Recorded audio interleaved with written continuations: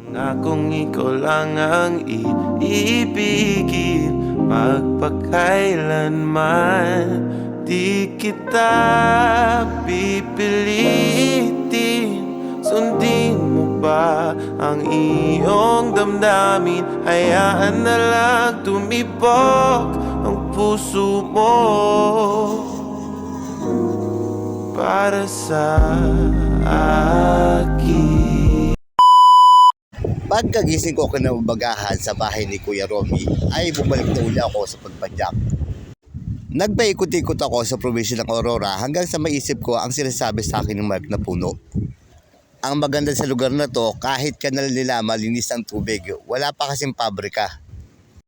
At sa kasarapan ng aking pagpadyak, hindi ko akalain na malapit na pala ako.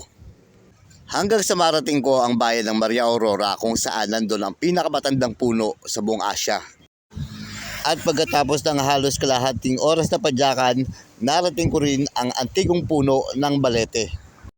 Ito ang pinakamatandang puno sa probinsya ng Aurora. 6 na taon na ang punong ito.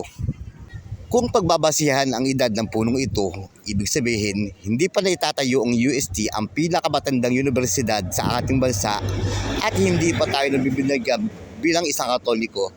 Ang punong ito ay nandito na. Naabutan din ng punong ito ang una at ikalawang digbaang pandaigdig, pati na rin ang lahat ng mga presidente ng Pilipinas. At naabutan din ng punong ito ang tsunami na nangyari sa bayan ng Baler taong 1700s.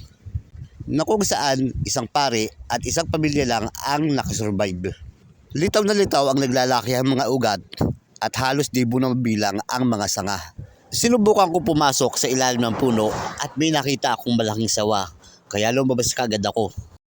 At bumalik ako sa pagpadyak hanggang sa marating ko ang Ampere Beach sa bayan ng Dipakulaw.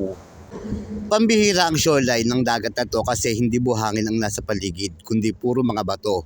Ang tawag dyan ay pebbles.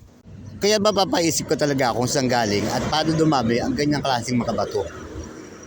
Napakaganda, idagdag mo pa dyan ang asul na dagat at ang malalakas na hampas ng alon. Marami nga nag-i-stop over dito para lang magpa-picture, kumuha ng drone at mag-video. Pagkatapos kong umaura-aura at tambayan ng dagat, ay bumalik na uli ako sa pagpadyak. And this is the start of my Calvary. Puro bundok na to, ahon akong ahon. May hirap na ang recovery dito, kaya kapag dumaan ka dito, make sure na marami kang tubig. At pagbaba ko ng bundok, bubulaga sa akin ang malawak na taniman ng papaya. Malawak na taniman ng mga mais at iba-iba klaseng resort sa bayan ng Dinadjawan. Yes, sir. We got another reggae flavor from Philippines.